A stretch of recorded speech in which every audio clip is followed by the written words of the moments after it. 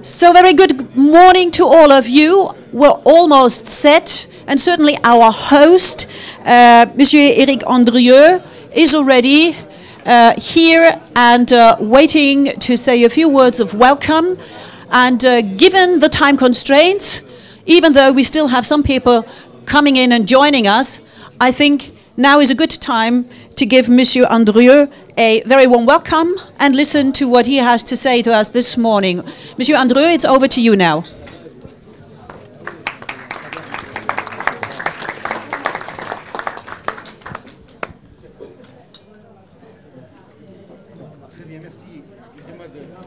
Okay. Do we have a microphone at the lectern? Is it activated or not? If not, I'm giving my microphone over.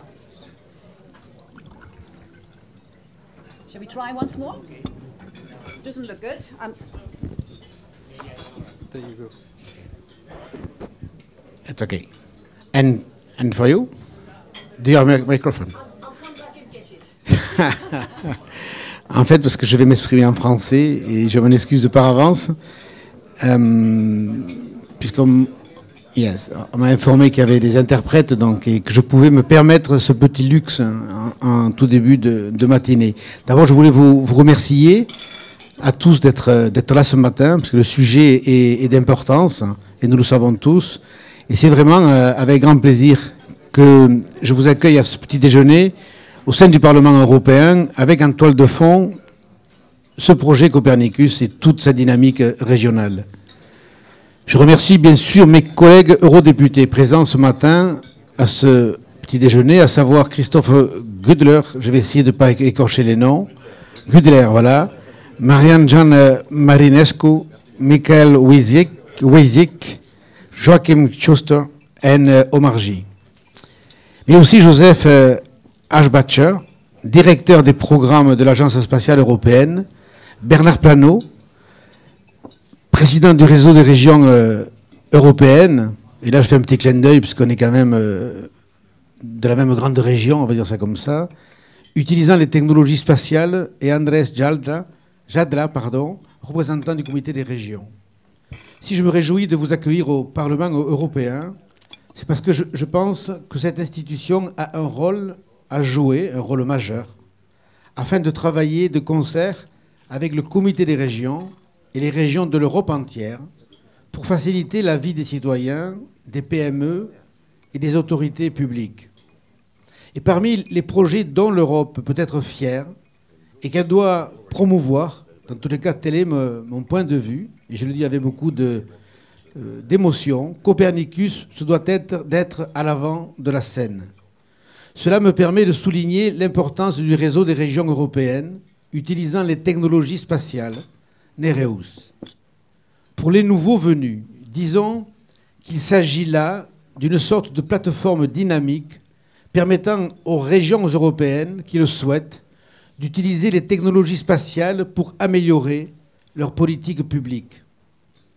Comme je le disais précédemment, l'objectif est toujours de satisfaire le citoyen, les PME et bien sûr le travail des autorités publiques. Ici, c'est clairement le cas. Alors, peut-être qu'à ce stade, certains se demandent encore ce que l'espace pourrait apporter à sa région. Et pourtant, les technologies spatiales ont largement leur place dans notre quotidien et peuvent rendre de fiers services aux politiques publiques régionales. Je vais commencer par deux domaines qui me sont chers, vu que ce sont deux matières que je traite au sein du Parlement européen, à savoir l'agriculture, d'une part, et je suis rapporteur de la politique agricole commune pour un des rapports, et l'environnement ou la question climatique d'autre part. En agriculture, ils fournissent des services et des produits basés sur la localisation intégrant les technologies spatiales, afin d'améliorer la qualité et la sécurité des aliments, ainsi que l'efficacité des ressources dans les pratiques agricoles. Du champ à l'espace, il n'y a qu'un pas. Avec le développement de l'agriculture de précision, l'accès aux données devient de plus en plus central pour le secteur agricole. L'objectif étant d'améliorer, au travers des nouvelles technologies, la connaissance des exploitations et d'adapter, in fine, les techniques de production. Si une partie de ces données sont collectées par des outils terrestres, par des drones ou des capteurs, elles sont également produites à une échelle plus large par les nombreux satellites gravitant autour de la Terre, dont ceux financés par l'Union européenne dans le cadre de sa politique spatiale. Cela permet à l'agriculture de jouer son rôle dans la transition écologique et les données collectées au niveau spatial peuvent également contribuer à améliorer la gestion des risques climatiques, par exemple.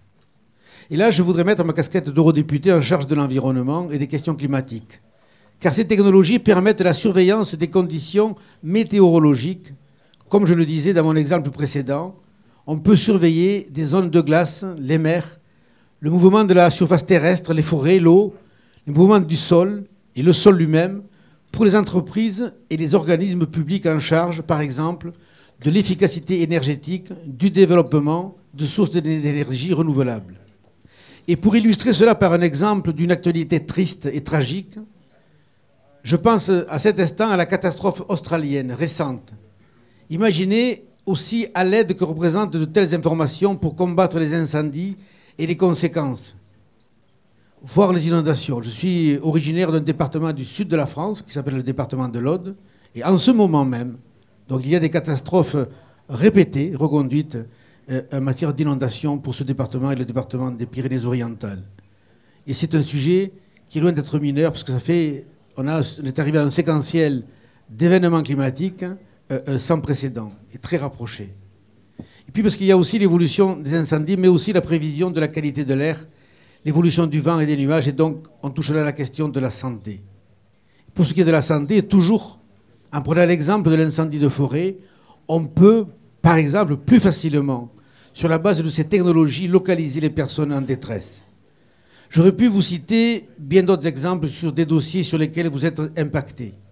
Tout ce qui est lié au transport routier, bien sûr, mais aussi maritime ou aérien. J'aurais pu vous parler des questions liées à la sécurité ou à l'intérêt de recourir à ces technologies pour le tourisme ou ses loisirs. Mais nous n'aurions pas assez de petits déjeuners pour en faire le tour. Je pense qu'il est important de changer le micro, pardon. Je pense qu'il est important de défendre le rôle clé des régions dans l'émergence d'applications issues des technologies spatiales et de permettre à ces mêmes régions d'avoir leur place dans la politique spatiale européenne. Il s'agit là en fait d'un partenariat entre l'Europe, les régions, entre les politiques, les chercheurs, les entrepreneurs et ceux, in fine, pour les citoyens. En cette période délicate pour l'Europe, où nous avons du mal à mettre en place une défense commune, où même nous avons du mal à mettre en place une politique agricole commune, nous pouvons être fiers du projet spatial européen. Je rajouterai aussi qu'en cette période où l'instabilité géopolitique est devenue mondiale et où l'autonomie stratégique face aux États-Unis, à la Russie ou à la Chine est essentielle, nous devons continuer à défendre des projets comme Copernicus. Et pourtant, comme pour la PAC, ou comme pour la cohésion, ou comme beaucoup d'autres dossiers européens emblématiques, le projet spatial européen pourrait être en péril. L'Europe compte réduire son budget de financement de Copernicus et de Galileo. La Commission estime le manque à 16 milliards pour pour la période 2021-2027. Et les négociations entre États, je dois vous l'avouer, démarrent mal. Au premier round, l'enveloppe spatiale a été coupée de 20% sur Galileo, de 20% sur Copernicus, tandis que l'enveloppe du futur Fonds européen de défense, chargé de développer un volet spatial militaire, a été réduite de 50%. Et l'Union va perdre la part budgétaire britannique, ce qui n'arrange rien. Je ne voulais pas être trop long, ni être trop pessimiste, puisque le combat démarre. Je suis vice-président de mon groupe politique, les sociaux-démocrates, chargé du budget, et donc je travaille dans le cadre du MFF, du cadre financier pluriannuel. Nous ne sommes pas au bout, voilà, je voulais vous dire ça ce matin également, mais il faut également que tout un chacun, depuis sa place, participe de l'analyse des enjeux et mesure que là, nous sommes devant une problématique essentielle pour l'avenir de l'Union européenne. Et que si nous devons faire des choix, il faudra que collectivement, nous sachions effectivement établir des priorités. En ce qui me concerne, et je le dis avec beaucoup d'humilité, mais je vois bien ce que ça impacte dans le secteur qui est le mien principalement, qui est celui de l'agriculture ou de l'environnement, et sur les enjeux climatiques qui sont devant nous, Je le dis avec beaucoup d'humilité, mais ce secteur-là fait partie, je le crois très sincèrement, des secteurs prioritaires. Je ne voulais pas être trop long, et j'en finirai donc là, afin que vous puissiez échanger, car c'est bien l'enjeu de cette matinée. Donc je vous remercie, je vous souhaite de bons travaux. Je vais devoir, je m'en excuse par avance, vous abandonner, parce que j'ai une commission de l'agriculture. Je vais auditionner notre commissaire donc, à l'agriculture, et je ne peux manquer ce moment. Mais je vous remercie très sincèrement aux organisateurs pour ce moment, et à vous toutes et vous tous pour votre présence et la qualité de vos échanges qui vont suivre. Merci, bon travail, bonne matinée à vous, et bonne continuation.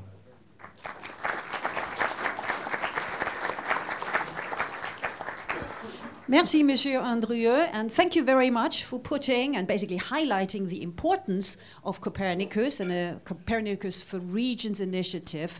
I'm putting it into context of the overall European challenges, and certainly Copernicus can help us fight climate change, one of the biggest topics of our day, something that is being discussed currently also at Davos, the financial world. Everybody has, well, almost everybody has understood the urgency.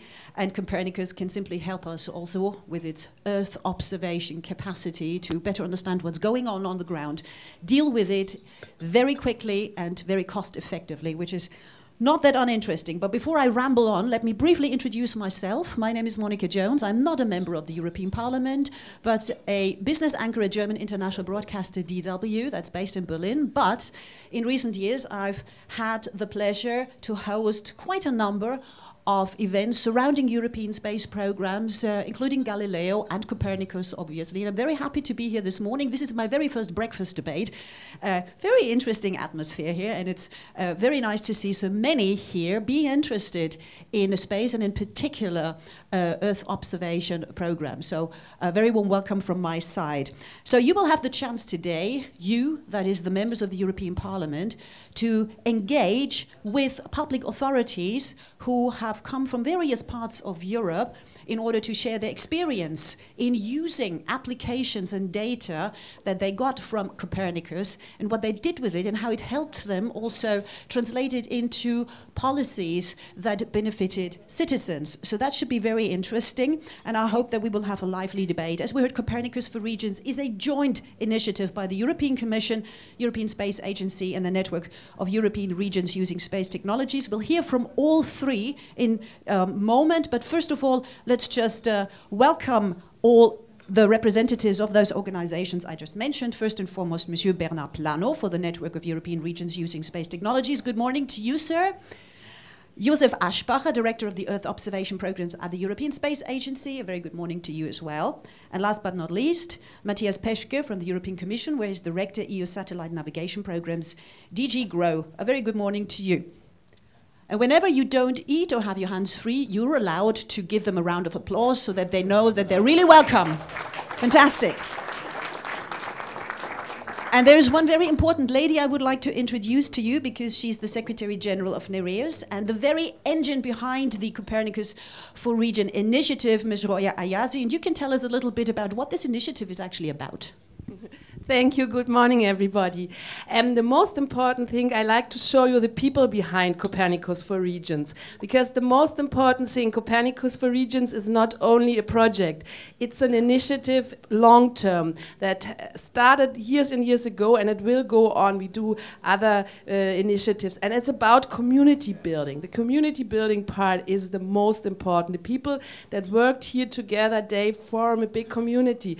When you see the booklets on your tables, the 99 stories, they are a big work of volunteers. And Copernicus4Regions is about knowledge sharing. It's about interregional collaborations. And we had a very, very hard time selecting those stories you will hear about today and you will see in the movies, the videos that we produce. And each time we had a hard time. For the launch event, we brought 6 stories to the stage. We produced 5 videos. We selected stories about groundwater monitoring, using Copernicus to better check on agriculture subsidies or monitoring the coastline in Nouvelle-Aquitaine. And what is about and what is the difficult part of this? the stories we select, they have a high relevance for regions, but all the stories you find in that booklet, and that is why we want to stress that, quote, they are really a testimony of very important experience, and each story has its own special part. For this event, we were invited new newsers, and we thank them for their time, for their patience, and for their commitment, and for coming to Brussels and to share this moment so early in the day with us. I would like to ask to stand up the ones that join us today here in Brussels, so the audience can give them later an applause. Tsana Atastaya from the Rural Support Service of the Republic of Latvia. Isabel, please stand up. Isabel, do the applause at the end. We have a big community. Isabel Caballero from the Institute for Marine Science of Andalusia, please stand up. Gregorio Gomez, head of the National Coastal Office in Cadiz. Jean Rapp and Dominique Esnault from the Haute-Rhône Department, the agency in charge of urban and land planning. Paul, please stand up. Okay. Paul de Fremont and Nadine Tollet from the company iCoop Certit. Maria Silvia Giamberini, National Research Council of Italy. Antonio Minozzi, director of the Gran Paradiso National Park. Up from the north, Markus Eggersdorfer, research of the Norwegian Research Center. Carsten Müller, forecaster at the Norwegian Avalanche Warning Service. Matus Bakun from Slovakia, from the company Insakia. And Friedel Zoltan from the Lechner Non-Profit Association. Now. Just to let you know, those are the ones that are here. We had been with a large group in touch who, for one reason or another, couldn't come, but we worked with them. And we want to seize the opportunity to thank them also today. Pavel Lichak, Peter Ondros from the State Geological Institute of Dinos, Dr. Franke from Bavaria and Rolf Lessing from Delphi in Brandenburg, and the Energy Agency of the region Triaf, who all three submitted a case on energy transition, very high on the political agenda. Martina Stelmach-Gorska and Herbert Zaszewski from the University of Jena, Lorenz Hubert-Moy and Sebastian Rabinel from the University of Rennes, and Günther Utiner from the Forest Department in Brixen, and Ruth Sonnenschein from EURAC. They regret very much not being with us, but they like to share a concrete story with us. And they said they had a huge storm in the northeastern regions of Italy at the end of last year that caused forest damage of around 6,000 hectares, 1 million cubic meters of timber, in the province of South Tyrol only.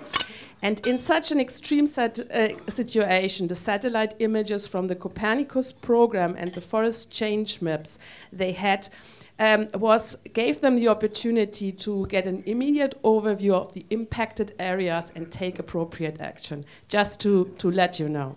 Okay, now we share this wealth of stories with you today, and thank you to all of them. Thank you to the hosting MEP and his team, and of course all the participants who join us at this early morning. Thank you, Roya Yassi. So you see, so many examples and so little time to share them with you. And I'm less the presenter, I'm more the timekeeper. So I'll keep it very short and hand over to the first representative of the three organizers who are part of the Copernicus4Regions initiative, and that is Matthias Petschke from the European Commission. Why should everybody here, especially the members of the European Parliament, actually be interested in Copernicus? Thank you very much, Ms. Jones.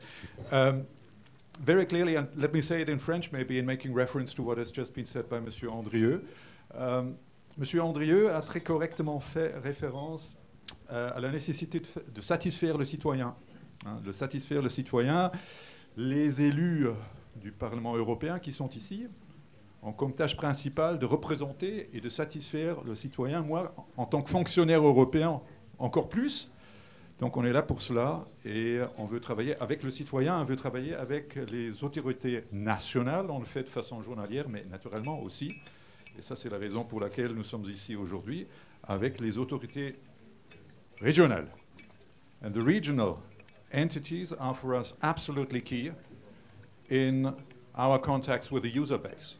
And as the European Commission, obviously, the contact with the user base is key. It's a key issue. We want to provide services which benefit the citizen, and we look very much at the kind of services which are needed and have a close contact with users. So the user base is absolutely key for us. And obviously, when we talk about user base, this is also a question about public administration. We are very much involved in exchanges with public administration. We listen to public administrations, and the local and regional authorities are key for us. And obviously, we also want to facilitate as much as possible the expansion of the uptake of our services. We often talk about space as an enabler. It really is an enabler. We had a space conference here in Brussels during the last 2 or 3 days. I was myself on a panel with colleagues from Africa, and I was explaining the benefits our global services can provide also for people on other continents. And today we are going to hear what are the benefits here concrete in Europe for the regions and for the citizens here. Just to give you one concrete example, we already heard about emergencies which are happening. We have an emergency right now, and we have an activation right now of one of the Copernicus services in Pyrénées-Orientales, where there's a flood. And I think we are providing useful services on a daily basis. But what is quintessential for us is obviously that the people on the ground fully realize that these are services provided by European infrastructures, which are paid for by the taxpayers' money, which are financed through member states, and which are provided to the citizen. And the citizen needs to know this. These are EU infrastructures. In the case of Galileo, a fully funded EU infrastructure. In the case of Copernicus, it's a co-funded infrastructure, money coming from ESA and the ESA member states and from the EU. Now, we just had a very successful ministerial at ESA level. My colleague from ESA will probably mention this. A lot of money has been put on the table, and now we have to do our homework also here in the EU, and I hope that we get a substantial amount of money in order to provide for the necessary evolutions.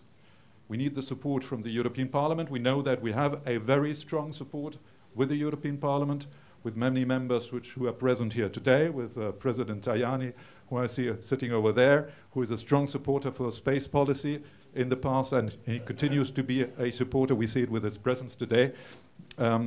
But obviously, we also need the Council, we need the member states. And in order to get this support from the member states, we rely on you also in the regions, on the ground, to make the case for the benefits of space for the EU, for the citizen, in order to have this sufficient budget. We need this budget to have the relevant evolutions, because it's not about the maintenance of the continuity only of what we have. In order to remain cutting edge, we have to have the money, the budget, for the necessary evolutions. We obviously want to provide further services, new services in the future. I'm just thinking about a CO2 monitoring service, which is probably the most quintessential service, which is also under discussion in the context of the new Green Deal, which has been put on the table. Huh? So many new features for which we want to have enough money in the coming multi-annual financial framework, and for which we need a joint effort at all levels to convince stakeholders, to convince policymakers, decision makers, that this money needs to be provided so we can continue to offer services which are relevant at global scale and which help the citizens at local level. Thank you very much. Thank you. Thank you, Matthias Peschke. And because you mentioned the Green Deal, is anyone here, any MEP perhaps in the room, who would like to comment on the possible connection between Copernicus, what it offers, and the Green Deal, how it could help? Do we have somebody who wants to say something now? If not, then I'm just moving on very swiftly, because as I mentioned, time is of the essence. All you have to do is you raise your hand. You're not raising your hand? Somebody sees somebody raising their hands? You're not into it yet? Yes, you are. You're very, very, very shy, Mr. Grudler, but there you are. I tried not to be too shy. mesdames et messieurs, je crois qu'on peut parler en français, je suis désolé, c'est plus pratique pour moi. Non, mais quelques mots rapides, effectivement, sur l'intérêt de l'espace pour le Green Deal. Alors, j'ai fait une conférence là-dessus hier, à la conférence spatiale européenne qui s'est déroulée ici à Bruxelles. Donc, je ne vais pas vous faire une conférence, mais M. Peschke l'a déjà dit, il y a sur le programme Copernicus de nouvelles applications, de nouveaux satellites qui vont être lancés, qui vont permettre d'atteindre les objectifs de l'Union européenne, qui sont 0 émission de carbone en 2050, avec une étape intermédiaire en 2030, avec une réduction à hauteur de 55%. Donc pour atteindre ces objectifs politiques, il nous faut des supports techniques, et la Commission, les services, les différents services qu'il peut y avoir autour des programmes Copernicus, Galileo, nous rendent beaucoup de services, c'est le cas de le dire. Et donc, je crois beaucoup à ce programme. Et mon but, si vous me permettez une transition plus générale, c'est effectivement d'aider ce programme européen qui est essentiel. C'est essentiel pour les citoyens par rapport au Green Deal, à cet objectif climatique, par rapport au réchauffement qui est un véritable danger pour notre planète. Et puis, c'est également un objectif important en termes de démocratisation. Monsieur Andrieux l'avait dit, Monsieur Peschke l'a redit également. Le Parlement, c'est l'Europe des peuples, à côté du Conseil européen, qui est l'Europe des nations. Et donc, c'est important pour nous de voir une décision européenne autour de l'espace s'appliquer directement auprès des citoyens. Pourquoi ? Parce qu'en fait, les gens nous demandent qu'est-ce que l'Europe va faire dans l'espace ? Pourquoi ? Il n'y a pas autre chose à faire, là, il y a pas... Et c'est quelque chose qu'on entend au quotidien. Et donc, quand on explique aux gens l'intérêt dans leur vie quotidienne de tous ces programmes, Galileo ou Copernicus, par exemple, ou EGNOS encore, eh bien, l'intérêt commence à se montrer. Alors, c'est vrai que c'est difficile sur les téléphones portables. On voudrait bien leur montrer qu'il y a marqué Galileo dessus, mais ce n'est pas marqué. Donc, c'est des fois GPS, des fois Galileo. Mais sur Copernicus, et grâce à vous, c'est marqué chez vous. C'est très bien. Très, très bien. Et donc, grâce à Nereus, par exemple, grâce à vous toutes, les régions d'Europe qui voulaient vous impliquer au plus près dans ce programme, eh bien, on est vraiment au plus proche des gens. Et j'allais dire qu'il y a quelques années, les plus anciens s'en souviennent peut-être, quand on parlait d'espace, c'était juste un jeu à 4 ou 5 pays dans l'Union européenne. Maintenant, c'est un jeu entre 28 pays aujourd'hui, 27 au mois de février, mais entre 28 pays aujourd'hui, parce qu'en fait, les techniques spatiales, ce n'est plus seulement l'affaire de gens spécialisés dans le domaine spatial, mais c'est aussi l'affaire de start-up, de SMEs, de sociétés qui prennent les programmes européens et qui développent des applications, des services, comme vous en êtes l'exemple ici aujourd'hui. Donc les services, vous savez, en Estonie, il n'y a pas besoin de savoir faire des lanceurs pour pouvoir s'impliquer dans le programme spatial. Il suffit d'avoir des bons ordinateurs, des bons ingénieurs, des bons techniciens, une bonne idée, et puis là, vous développez du business, vous développez de l'emploi directement auprès des gens. Alors encore un mot, si vous me permettez, Madame la modératrice, sur le programme spatial européen, le nouveau programme spatial européen. Alors moi, je suis shadow rapporteur de ce programme européen. Il y a 2 nouveaux satellites qui vont être lancés, alors notamment des nouveaux Copernicus, notamment pour mesurer les dégagements de gaz carbonique d'origine humaine. Et ce satellite sera extrêmement important. C'est plutôt 2025 qui est la date qui pourrait être retenue pour son lancement. Ça sera extrêmement important pour le réchauffement climatique de voir concrètement l'utilisation de ce satellite. Il y a également, il faudra penser dans ce nouveau programme au renouvellement des plus anciens satellites Copernicus, car vous savez qu'un satellite dure à peu près 12 ans. Les premiers Copernicus, c'était il y a 6 ans. Hein. Donc, une programmation 2021-2027, eh bien, il faut prévoir également le renouvellement des plus anciens satellites. Je ne vais pas vous lister toutes les nouveautés, on aura l'occasion peut-être de le faire plus tard si vous le souhaitez. Il y a quand même un enjeu important, c'est effectivement l'enjeu budgétaire. C'est 16 milliards que nous proposait la Commission pour le programme européen 2021-2027.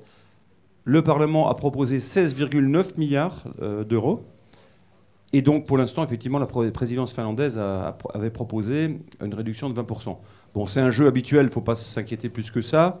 C'est le jeu des négociations budgétaires. On aboutira sans doute dans le deuxième semestre de cette année et pas avant. Et donc, les budgets seront aussi les moyens d'appliquer ces politiques jusque dans vos régions. Donc, je reste là ce matin avec grand plaisir pour vous écouter, parce que je crois qu'il y a différents cas qui vont être présentés. Et si on veut s'intéresser un peu à l'espace, je pense que c'est important pour moi de savoir concrètement ce que vous faites dans vos régions. Et donc, je vous remercie et vous souhaite une bonne matinée. Merci beaucoup. And thank you very much. I think we have more microphones, because if I walk from one to the other, that always adds almost a minute to everything. But I think we have an intervention also at this table. Signor Tarani. Good morning, everybody. I worked in this sector for many times when I was commissioner for the responsible before for transport and for industry, but also for space. I think this is a very important issue. Is a good choice to strengthen the space policy, because first of all, at political level, is a good message from Europe, because to manage as Europe a very complicated system is also a political message to the European citizens. It's impossible to do it as a member state, but it's possible to do it as Europe. And then it's important to combine the three different systems, Galileo, EGNOS, and Copernicus, for observation of the Earth against climate change, but also for the civil protection, to combine the different signal coming from the different projects is very important during the civil protection action, during the earthquake, for example, during the storm. It's possible to work much better through the space. Also, against illegal immigration, it's possible to use this system also for a good cooperation with the other continents, with Africa, for example, is for a better use of the airport. It's possible to use, for example, EGNOS system. And for the regions, I think it's important. In the health sector, also not in agriculture, of course, but health sector, for example, in my country, in Italy, is a sector in the hand of the regions. There are a lot of programs using Galileo system, very, very, very important. This, I think, to involve the regions in this Copernicus project, I think is very, very, very important. Subsidiarity is crucial also in space policy. I finally want to underline the importance of the next budget. The European Parliament will vote against the Finnish proposal because it's impossible for us to accept the cut in this sector, in agriculture, but also in the space sector. We are working with the new presidency, the Croatian presidency.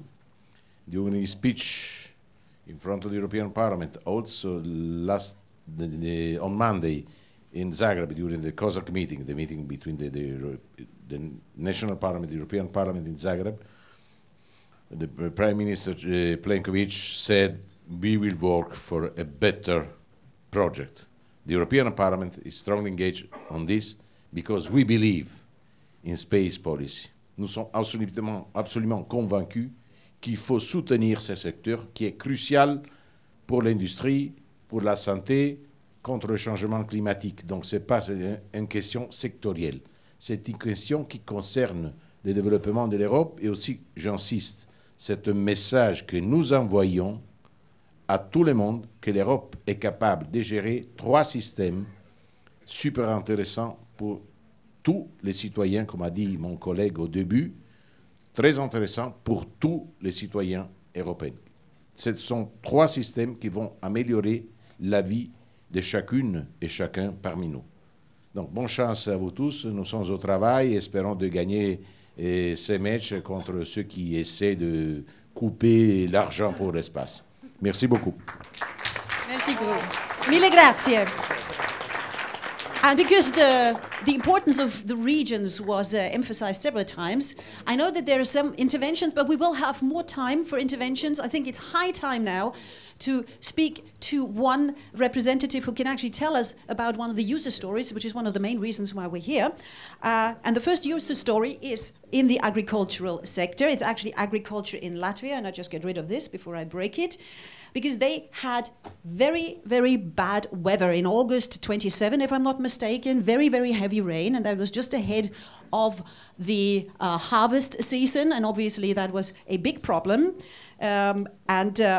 Even agricultural machines couldn't reach the fields, and even those part of the authorities who are going to check then whether the farmer has a right to claim compensation couldn't get there, and that is where data from Copernicus came in. But here's a lady who can tell us so much more about it, and by the way, if you're wondering and if you want to read along while we're talking about it, you can find that story on page, if I'm not mistaken, it's page 56 of this book. It's very beautiful laid out. And the lady here in question is Zane Atsaya. She is a GIS specialist from the Control Department of the Rural Support Service of the Republic of Latvia. A very good morning to you. Would you like to rise so we can all see you? Very good morning to you. So tell me a little bit about this. In this booklet, it says that using sentinels to check damaged fields allowed you to finish compensation payments in less than 2 months from the first drop of rain. That must have had quite an impact on your institution, but also on the farmers. Indeed. As you mentioned, in 2017, we had extremely severe rainfall, twice of monthly norm poured in 2 days, and the harvesting season was just begun. So we in the Rural Support Service understood that we will have to visit all the fields that will lost our yield. So we started to map flood area as soon as we could to see how bad the situation was. So what we did, at first we used Sentinel-1 data. It's radar data due to its ability to see through the clouds, because it continued to be overcast and rainy for a few weeks. And later, when weather improved, we used Sentinel-2 data as well. Thanks to the high revisited cycle, we were able to map flooded area every week and even more often after rainy days. So we could catch water that flowed over the terrain from one field to another. And you can imagine the amount of working hours that would be needed to visit all the fields. It was 82,000 hectares of the damaged parcels, and as you mentioned, most of them was in remote areas where roads were damaged and impossible to drive. So we integrated the flood maps into land parcel information system where declaration data is, and all fields which were covered by water according to sentinels were assumed that their yield is lost. So inspectors needed to visit only these fields where satellite information was not enough, like small parcels and fields where crops emerged from water and where soil was too wet to harvest. So using sentinels and drones allowed to finish shortened time for field visits by a third, and spending less time on the field and on the road allowed to finish compensation payments in 2 months. It's really fast. So farmers were happy to get their money faster. So we hope we won't have to repeat this. But it really showed how frequently and freely available satellite data benefited us and farmers. We were able to save a lot of time and administrative costs, and farmers get money really fast. And if I understand it, it also says in the book it was the first time that Latvia used the services, the joint services of Sentinel-1 and 2, to great success. Says here, this was also the first example in Latvia of the joint use of both Sentinel-1 and 2, and the fact that those farmers got compensation very fast also enabled them to actually set out to work in order to get the next harvest working. So it's to the benefit of all of them. Well, Ms. Zane Atsaya, thank you so much for sharing your experience with us. Thank you very much for coming to Brussels today. Enjoy your breakfast. Because we do have A second user story before I want to hand over the floor again to one of the organizers. And the second user story takes us to the Andalusian coast, and I think I'm right here on the right way. Okay, too many things here in my hands, but we get this sorted. If you don't mind, I'm going to read, okay? You would like to, that's perfectly all right. Let me just very briefly introduce you. So in Andalusia, it's obviously used Copernicus for maritime applications. It's used to optimize decision making in sensitive policy areas, fisheries, coastal management.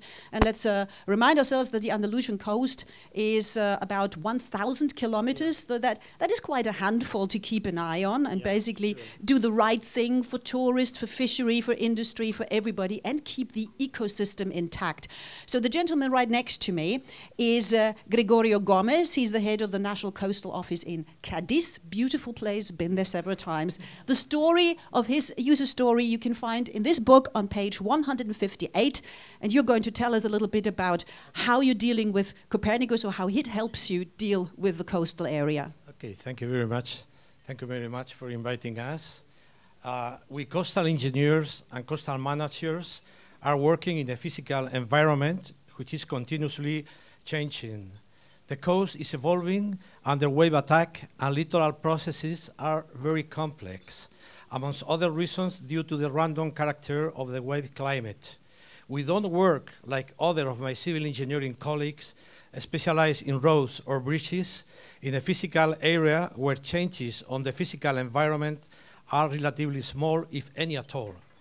If you live during the whole year near the seaside like I do, you will see how our beaches start to change with the first storms after the summer. Sometimes, after unpredictable storms, our coasts are severely affected and the picture of the coastline changed dramatically from the summer to winter, like happened these days, you can see on TV. Coastal engineers and managers have to understand the physical environments where we work, which is large, diverse, and sensitive. In the case of Andalusia and Spain, we can find around 1,000 kilometers of littoral length with a variety of ecosystems. For the particular case of the Cadiz littoral, we can find 300 kilometers of coastline and almost 500 kilometers taking into account wetlands and other rich ecosystems. The understanding of the complex littoral processes along the coast of Cadiz is very important to improve decision-making processes in coastal management. Some example of these issues would be dredging-induced turbidity affecting water quality due to sand mining and to dredging operation of the Andalusian ports, quantifying the spatial and seasonal changes of the coastline in order to ensure periodic harbor and sand bypassing to restore littoral drift, estimating the number of natural closures of the mouth of estuaries and their main parameters affecting the health of the estuary. It becomes necessary to have a useful, quick, efficient, and reliable and low-cost tool in order to solve the different and complex problems you found along the littoral. I would say that traditional in situ and modeling experiments have been developed, but new insights were required to assist the cost-effective marine monitoring and high-resolution scales. In this context, our main objective was initially focused on the implementation of new methods to monitor dredging-induced turbidity during the periodic dredging operation along the coast of Cadiz. A semi-automatic model was developed using the Sentinel-2 twin mission of the Copernicus program, which has been demonstrated to monitor turbidity and water quality properly. These tools are allowing small-scale mapping of coastal processes at a spatial resolution of 10 meters over estuaries, inner bays, and port, difficult to get with traditional ocean color sensors. In addition, by integrating the data sources and guidelines into the system, we are entering a new period of time series analysis at high spatial resolution. I'm just finishing. I'd like to say that in terms of future perspective, Isabel Caballero is working on a new project, also using Sentinel-2 open data, which aims to investigate technique to estimate water depth and analyze coastline change. including the impact of climate change on sea level rise. This methodology is allowing significant progress in the exploitation of Copernicus data along the 1,000 kilometers of the Andalusian coast, particularly to support challenging management of these highly sensitive environments as a contribution to local and regional programs. Summing up, the incorporation of these 21st century new tools will mark a before and an after to improve decision-making processes in coastal management in Spain. Okay. Gracias, señor Gomez. Thank you so much. Caballero.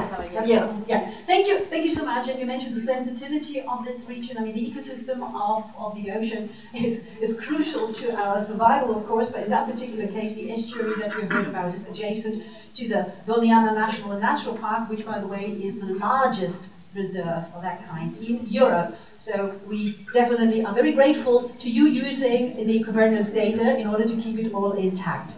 So why is this again? These are just isolated cases, but this is just like the tipping of the iceberg of all the stories that you find in this Copernicus4Regions initiative booklet. And this is a good moment for me to hand over now to the Nereus president and the regional councillor of the region Occitanie, Pyrénées, Méditerranée, Bernard Plano. He will speak, as far as I understand, in French, and I understand that you represent a network of 24 regions using that space technology.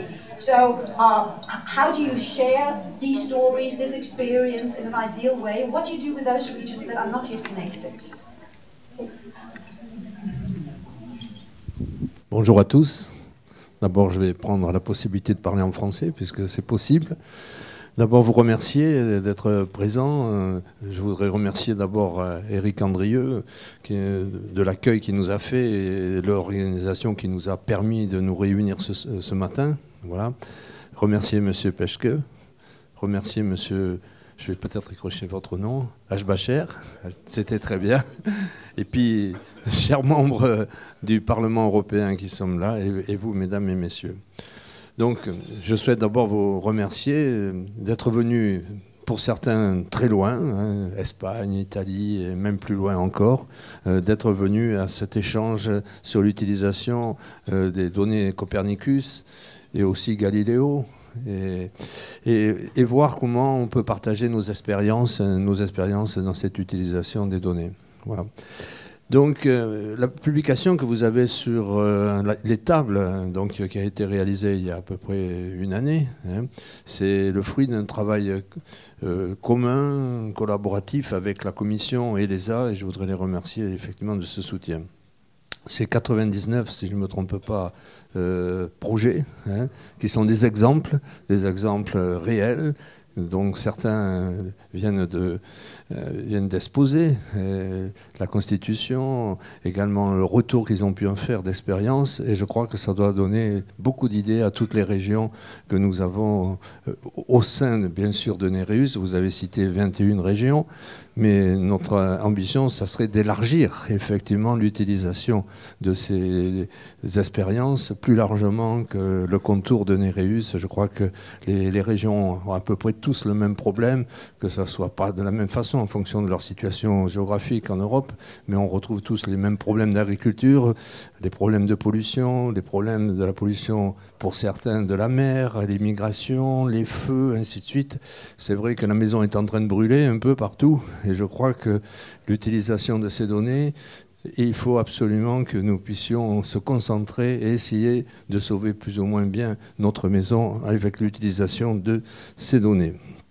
Donc je voudrais, merci à tous de continuer à contribuer à développer des applications et à les faire connaître et en final les mettre en commun dans une sorte de trésor européen que nous pourrions utiliser tous ensemble. Voilà, donc je voudrais rappeler notre objectif à Nereus, c'est l'activité de notre réseau, c'est essentiellement la mise en relation de nos régions membres afin qu'elles puissent collaborer, faire émerger des projets communs. Et depuis, je suis président depuis le mois de mai, c'est cette manière que je veux faire évoluer le réseau, au-delà d'un réseau de lobby. C'est un réseau qui devient un réseau force de proposition vis-à-vis de ces applications et les faire partager au plus large d'entre vous. Donc nous voulons ouvrir effectivement le partenariat de Nereus largement à toutes les régions potentiellement intéressées. La stratégie de Nereus repose sur 2 axes. D'abord, fédérer les membres autour d'une volonté d'encourager le développement des applications issues des technologies spatiales et ainsi de favoriser les coopérations interrégionales. Et d'autre part, développer le dialogue entre les régions et les instances européennes impliquées dans la définition de la politique spatiale de l'Union européenne. Nous avons bien vu aujourd'hui, dans l'exposé, je découvre un peu d'ailleurs, les difficultés que nous avons à maintenir notre rang, puisqu'on parle de réduction de budget potentiel. Donc je crois que notre ami italien a bien réagi sur ça et il faut absolument garder l'avantage que nous avions et peut-être le faire progresser, parce que je crois que c'est un point important que nos applications soient bien comprises par nos citoyens, que nos citoyens puissent en finale dire l'argent que vous dépensez dans le spatial, nous avons des retombées très claires, nous les voyons, nous les touchons et en finale ça va améliorer la vie dans notre communauté européenne. Et je crois qu'il faut raccrocher fortement cette notion du citoyen qui doit s'approprier nos efforts que nous faisons et que ça ne doit pas rester l'affaire de spécialistes du spatial. Ça doit devenir, comme aujourd'hui nous avons ces engins qui sont des smartphones, et le citoyen doit s'approprier en finale aussi que le spatial va faire partie de sa vie quotidienne. Il fait déjà partie de sa vie quotidienne, mais il ne le sait pas assez. Il ne le sait pas assez, puisque quand il est dans sa voiture avec son GPS, il en fait pas. En final, il l'utilise sans le savoir. Et je crois qu'il faut rappeler ça, donc, au niveau de la communication, mais c'est aussi de rendre acteur de ces applications spatiales, pour que l'on puisse vraiment, que cette passerelle existe et qu'il n'y ait pas ce fossé d'incompréhension entre le citoyen qui peut penser qu'on dépense en finale de l'argent dans le spatial et puis ne pas en voir les retombées, alors qu'il les a en proximité. Je crois que là, on a un effort total de compréhension et d'éducation de cela. Donc je vous en parle quand même assez personnellement, puisque j'ai fait 35 ans de ma carrière dans le spatial. Voilà. Puisque j'ai été patron de chez Matra Marconi Space, patron de Matra Système Information. Et c'est quand même, bon, bien sûr que nos clients étaient des institutionnels, certes, mais derrière l'institutionnel, il y avait quand même l'utilisation du citoyen, et on n'a peut-être jamais su faire bien cette passerelle et cette compréhension. Donc c'est pour ça que nous œuvrons à travers Nereus dans les projets comme celui de Copernicus4Regions, et nous y attachons une grande importance pour justement cet effort d'éducation entre guillemets, de vulgarisation du spatial vis-à-vis du citoyen. Voilà, donc je pense on m'a cité que M. Rapp va insister sur des travaux réalisés dans le cadre du projet Eugenius en particulier. Et si vous saviez, Eugenius, donc à l'origine, c'est un de mes anciens ingénieurs qui est à l'origine, M. Tondrio, que vous connaissez tous peut-être dans ce programme, et donc qui a produit déjà des données précieuses sur le suivi de la croissance urbaine pour de nouvelles municipalités de l'Est de la France. Et c'est très important de voir en finale comment nos villes évoluent et comment elles se situent par rapport au monde du rural. Et ce n'est pas qu'en France, c'est largement, et je peux vous en parler, puisqu'au-delà d'être président de Nereus, je suis maire d'une ville, Lannemezan, dans le sud-ouest de la France, qui fait 7000 habitants. Et je peux vous dire que je suis confronté tous les jours à cette situation, à 100 km de Toulouse, comment une ville de 7000 habitants peut vivre et créer pour ses citoyens de l'ambition. Et effectivement, je crois que le monde aussi de l'urbain par rapport au rural doit être traité largement par nos applications. Voilà, je voulais vous dire ces quelques mots pour vous dire notre engagement à travers Nereus de vraiment vulgariser, d'amener le citoyen au plus près de nos applications et leur faire comprendre, et plus que comprendre, de leur apporter, en final, c'est pas la compréhension, c'est apporter une solution à pas mal de problèmes que nous rencontrons au niveau citoyen, mais au niveau des nations, au niveau des régions, et tout cela pour le meilleur bénéfice de l'Europe, mais aussi de notre planète, parce que je crois que pas mal de choses sont en danger, en finale, quand on voit les feux d'Australie, quand on voit nos feux au Portugal, en Grèce, ainsi de suite, et qu'on n'a pas su jusqu'à maintenant trouver une parade, parce que je crois qu'on peut prédire par avance où va se déclencher le feu, et je crois qu'on n'a pas mis assez les moyens aussi pour ces efforts de prédiction.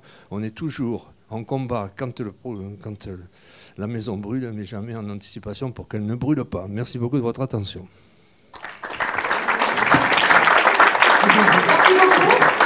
And I'll just hand over the microphone straight away to Monsieur Jean Rapp, because you mentioned that citizens have to take ownership of space technology, and Monsieur Rapp is going to tell us a little bit about the user story that you find on page 210 in this booklet, Urban Growth Monitoring in French Regions, and we're talking about the Haut-Rhin département, because he's the general director of that agency in charge of urban and land planning. So tell us, how does Copernicus help you doing that job?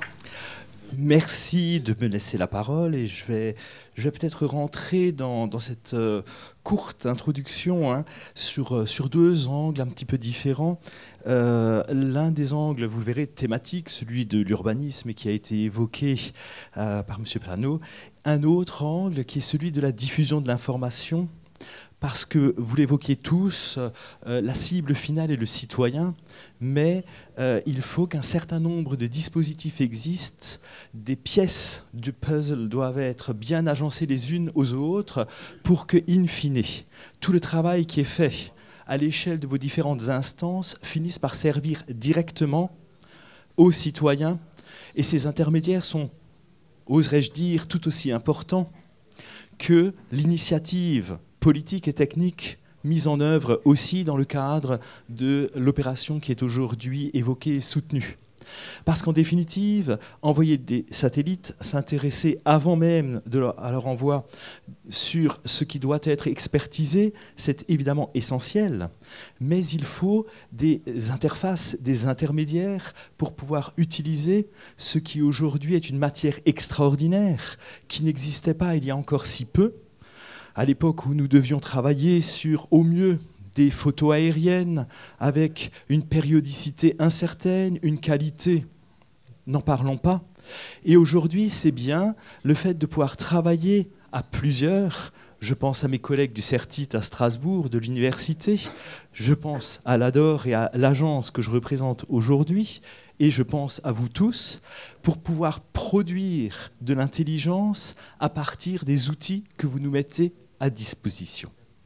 Alors, en un demi-mot, l'ADOR est une agence, une administration mutualisée, et ça c'est un peu original en France, mis à disposition de toutes les collectivités d'un grand territoire qu'est le Haut-Rhin, et de manière à pouvoir, dans plein de domaines différents, dont celui qui nous intéresse aujourd'hui, mettre à disposition des communes et des collectivités les plus petites des informations, des outils et des méthodes totalement inaccessibles à ces collectivités s'il n'y avait pas ce travail de conserve et cette mutualisation. Alors prenons maintenant l'angle de l'urbanisme, puisque c'est celui pour lequel j'ai été aujourd'hui aimablement invité. Vous le savez, cela a été dit, en matière d'agriculture, d'environnement, il y a un certain nombre de préoccupations aujourd'hui qui sont progressivement venues impacter les lois et les réglementations nationales françaises, et même aujourd'hui, si j'osais dire, et j'espère qu'il n'y aura pas de compte-rendu, la France elle-même s'intéresse aujourd'hui à la possibilité d'avoir un développement qui soit plus parcimonieux en matière de consommation foncière, à être plus efficace, à être, je dirais, moins consommateur, car la France a un modèle de développement urbain qui, depuis les années 50-60 jusqu'à ces dernières années, a été particulièrement gourmand en termes de terres naturelles et agricoles. Évidemment, pour pouvoir agir, il faut des lois, mais il faut aussi pouvoir prouver un certain nombre de choses aux politiques pour pouvoir accéder à de nouvelles méthodes et de nouvelles façons de faire. Vous savez bien qu'au fond de nous sommeille un saint Thomas quelqu'un qui a besoin de voir les choses pour le croire, et que le simple fait que des techniciens aussi éminents soient-ils ou des experts viennent en disant « on ne peut plus continuer comme ça », ça ne suffit pas. Alors on sort des chiffres, on a des grands principes. Ah, on consomme tant et tant de milliers de hectares par an en France. Eh bien, pour tout dire, tout ça reste très abstrait et l'humain, le citoyen, l'élu, le technicien a besoin de choses concrètes. Alors, aujourd'hui, nous avons mis en place un certain nombre de réflexions en France, des lois ont été prises, on peut penser aux lois Grenelle, qui ont comme objectif d'être plus efficients et moins consommateurs.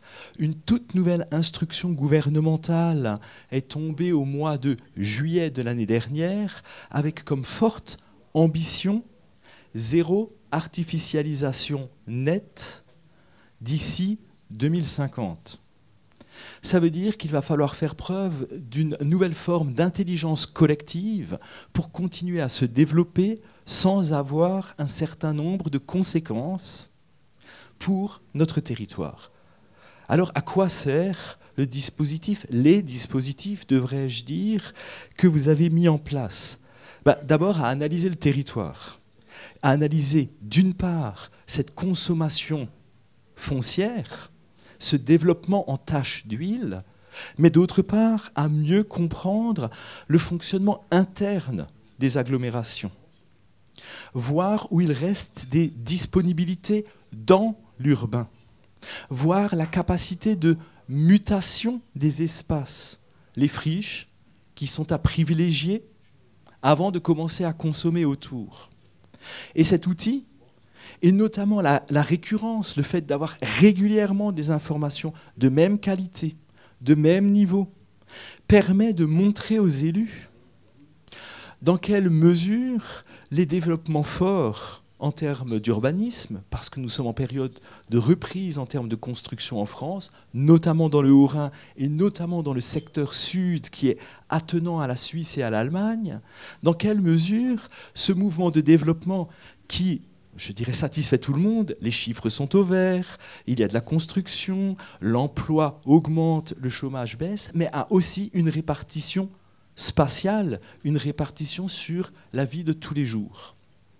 Ces éléments nous permettent de construire un discours, d'expliquer aux élus qu'il y a d'autres modes de développement à privilégier pour pouvoir arriver à des résultats identiques sans toutefois avoir des consommations urbaines insupportables. Et en 2 mots, parce que je vois la modératrice qui commence à regarder sa montre avec crainte et inquiétude. Pour nous, le dispositif que vous avez mis en place est un outil de connaissance indispensable. Et nous nous souvenons tous qu'il y a encore 10 ans, 15 ans, nous étions très dépourvus. C'est aussi un outil de suivi qui nous permet de réorienter les politiques et les impulsions publiques dans les documents d'urbanisme. Ça permet d'évaluer quasiment au jour le jour si ce que nous écrivons dans nos textes, ce que nous écrivons dans nos documents, eh bien, je dirais, apporte le résultat attendu et donc permet d'influencer sur les documents pour les faire bouger. Et un dernier mot. Nous...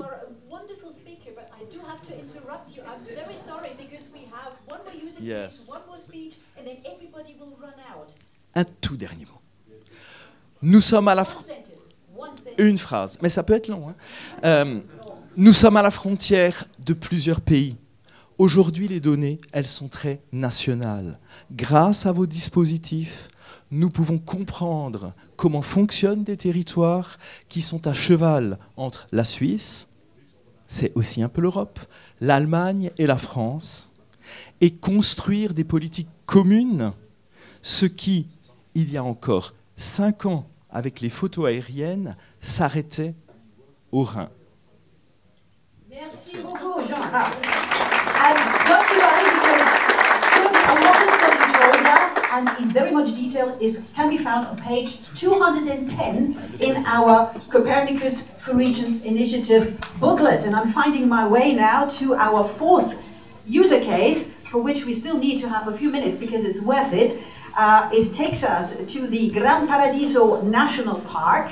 And I'm very happy to have two representatives here with me now. That's the director of the park, Signor Antonio Mingosi, and he's accompanied by Silvia Giamberini from the Italian National Council for Research, and they'll talk about their experience of using Copernicus data in this national park, the specific challenges, why it is necessary, and what you did with it. So who's going to start? Thank you very much.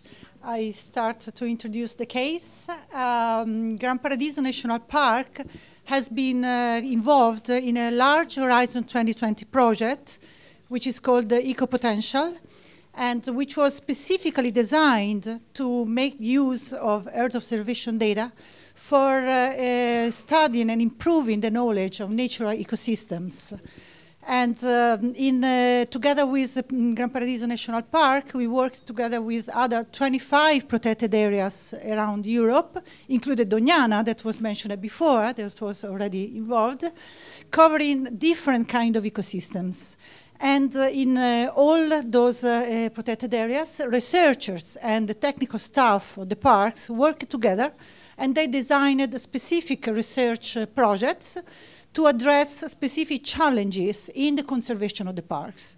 So they experimented the use of Copernicus data, but also other platforms like Landsat for long time series.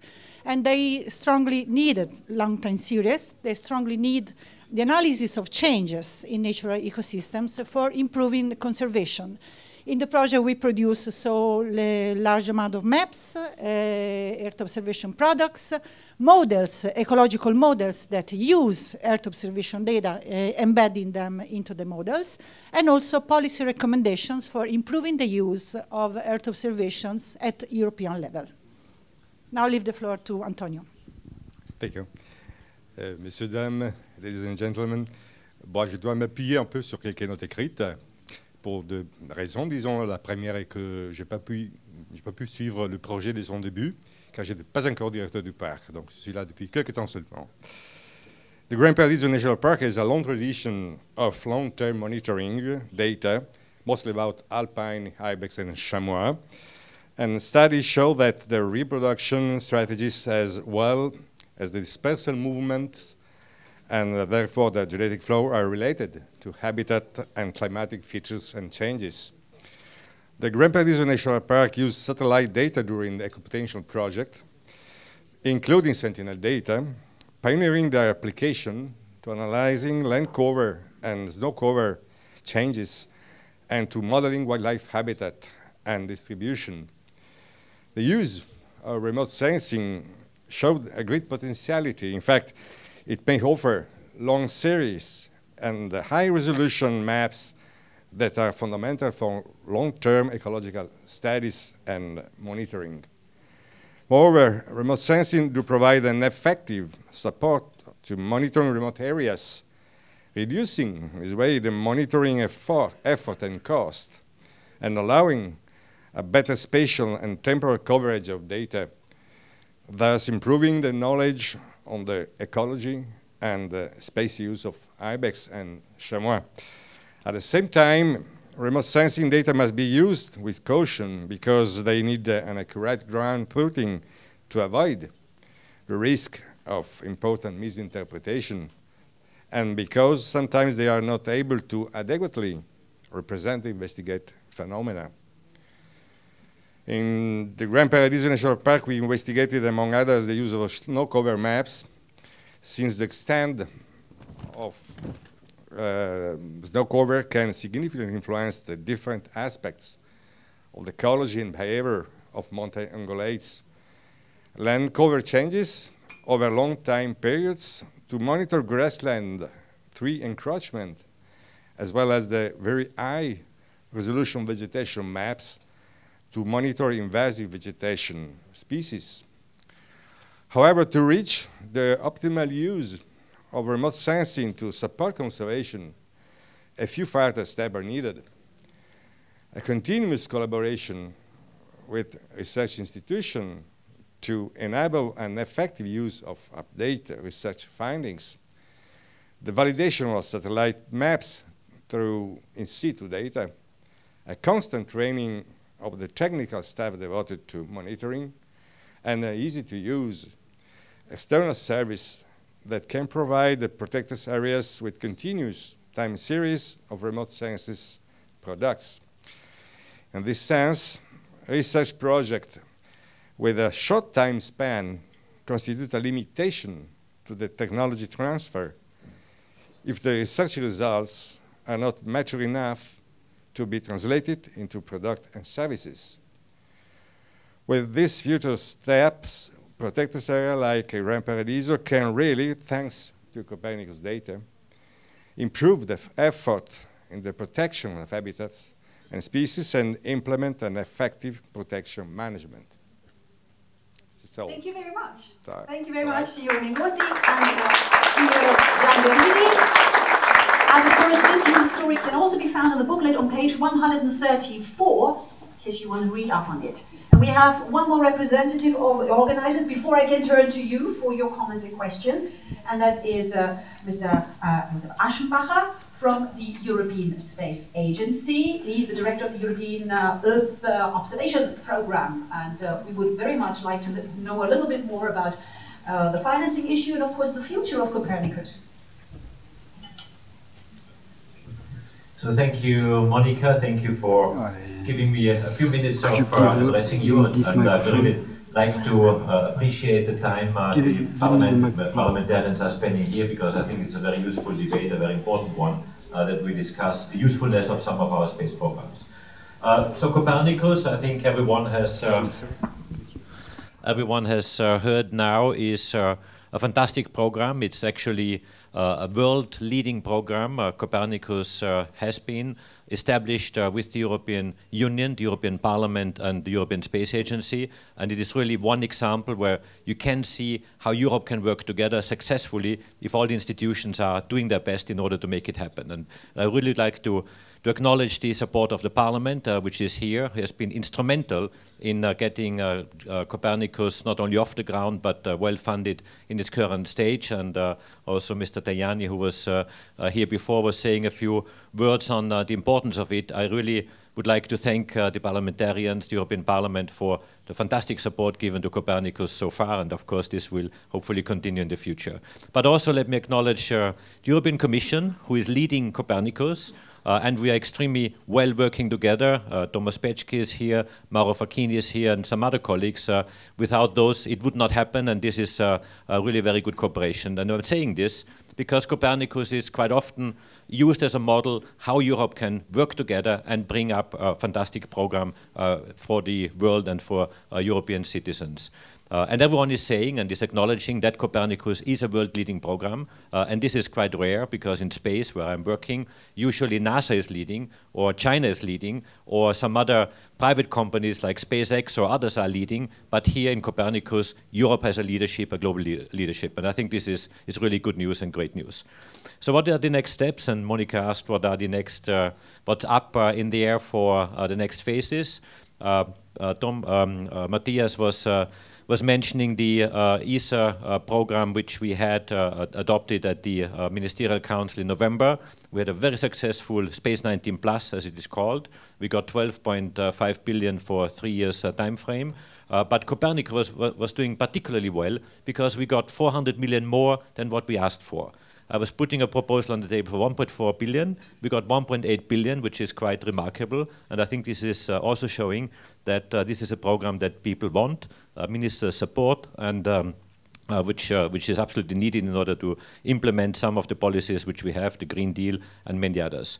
But this 1.8 billion, which we got, 29% more than I asked, is also a signal from the ESA member states to the other partners, the European Parliament, the European Commission, the European Union member states, that this needs strong co-funding, and this strong co-funding is obviously the one that we are looking here. We have heard very supportive statements from the Parliament, but also we need to really work together to make sure that the next phase of Copernicus is well funded.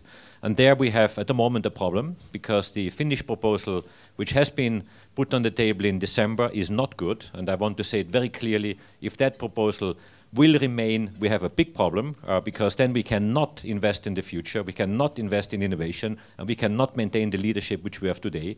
We need to go back at least to the 16 billion, but better the 16.9 billion which the Parliament was proposing, because this is needed in order to maintain this leadership. And I'm also saying this because I have been in China last week, and we have been looking at the Chinese landscape in Earth observation. And China, and you all read it in the newspapers and in magazines, is coming extremely strong and extremely, I would almost say, aggressive on the market, but with very cheap prices and much higher volumes in terms of information they provide. They are not yet there where we are still ahead. But China has been building up a Copernicus equivalent, they call it Gaofen, which they have done in half the time and with double the amounts of satellites. So you can see how aggressive this is going, and we have to maintain leadership, we have to stay ahead, and we can only do it with good investments. That means good funding in the MFF and in the co-funding of the European Union. Thank you very much.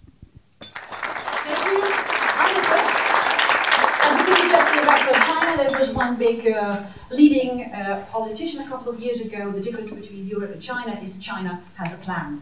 But I'm sure that we are capable of catching up with that sentiment. So, ladies and gentlemen, we started late, but we still have the 10 minutes that I had planned in for possible comments from members of the European Parliament, but also regional representatives. Any questions? Anything that you would like to share with us? If you could just introduce yourself very briefly and then go ahead. Nazywam się Władysław Ortul, reprezentuję województwo podkarpackie leżące w południowo-wschodniej części Polski. Województwo, które nie ma wielkich doświadczeń, jeżeli chodzi o wykorzystanie danych płynących z satelity, ale jest województwem, które ma inteligentną specjalizację lotnictwo i kosmonautykę. You'll be interpreting. Okay, okay. Thank you. Now that we're warned. Sorry. Yes, I'd like to represent. I'd like to introduce. Sorry, my region. I am the president of the Copernicus4Regions in Poland, exactly in southeastern Poland. And even though we do not have, let's say, extensive experience in using the data from space, we have very ambitious plans and some, let's say, background in aviation and space. So I would like to introduce my region more in detail now to you. Chciałem bardzo serdecznie podziękować za to spotkanie, dlatego że jesteśmy regionem, który chce nadrobić właśnie tą dysfunkcję, którą mamy w zakresie korzystania z wiadomości, informacji, które płyną z przestrzeni kosmicznej. Oczywiście jesteśmy regionem, który od 100 lat ma lotnictwo jako przemysł, jako produkcję swojej tradycji. To jest tradycja, ale oczywiście przyszłość to jest kosmonautyka, z tym wiążemy duże nadzieje. Oczywiście będąc członkiem sieci Nereus od ponad roku, chcemy oczywiście te wszystkie kompetencje, aby trafiły do naszych regionów, instytucji, które odpowiadają za bezpieczeństwo mieszkańców, które odpowiadają też za rozwój gospodarczy. Well, so as I said, we have a long-lasting tradition in aviation because the aviation sector has been present in Podkarpackie region in Poland for about 100 years. But it's not only about the tradition, it's also about the future. And as we all know, the future basically is the exploration of space. And this is why we would like to extensively use the data from space in our region and translate them into practical work in public administration for the benefit both for the citizens in terms of civic protection, but also safety or environmental protection.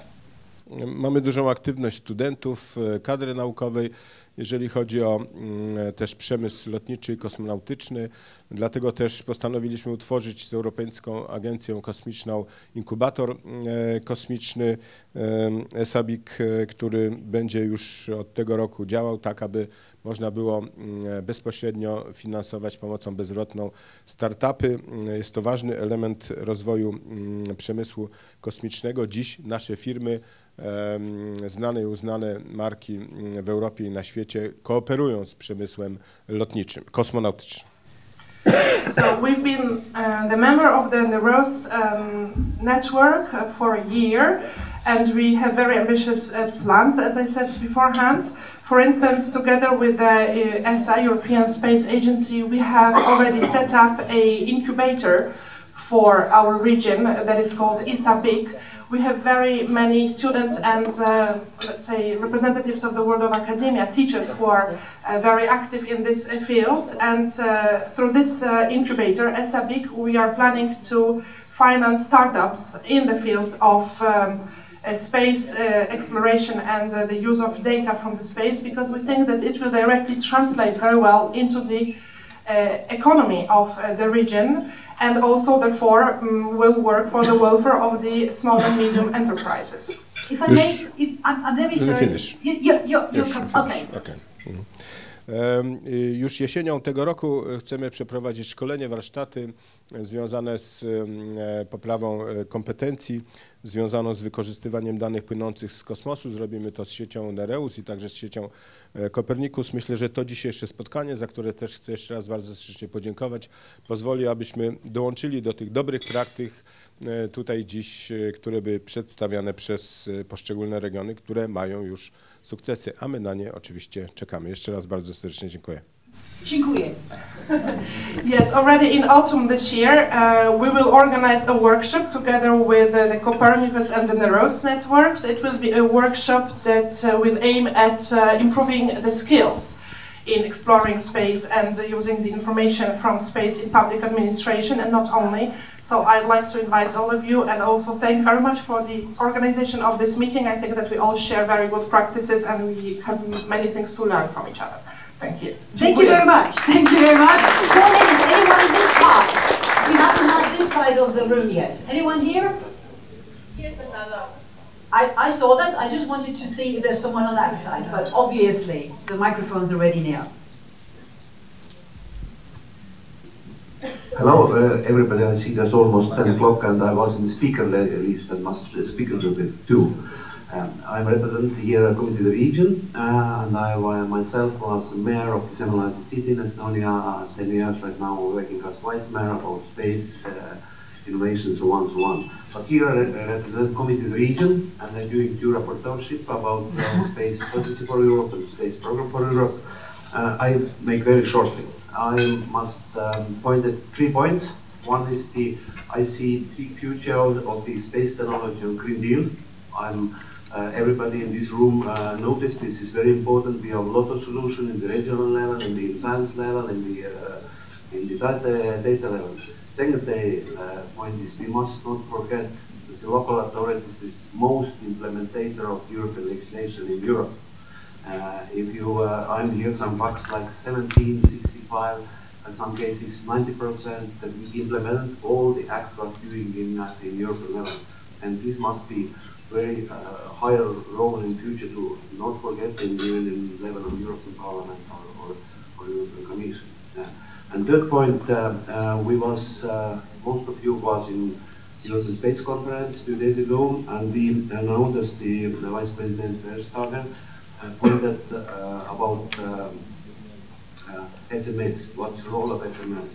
And what made me question what I want to rise at the level of the region, if we speak about space program, we speak a lot about, even in rapporteurships level of parliament, we speak about space hubs. What is space hubs?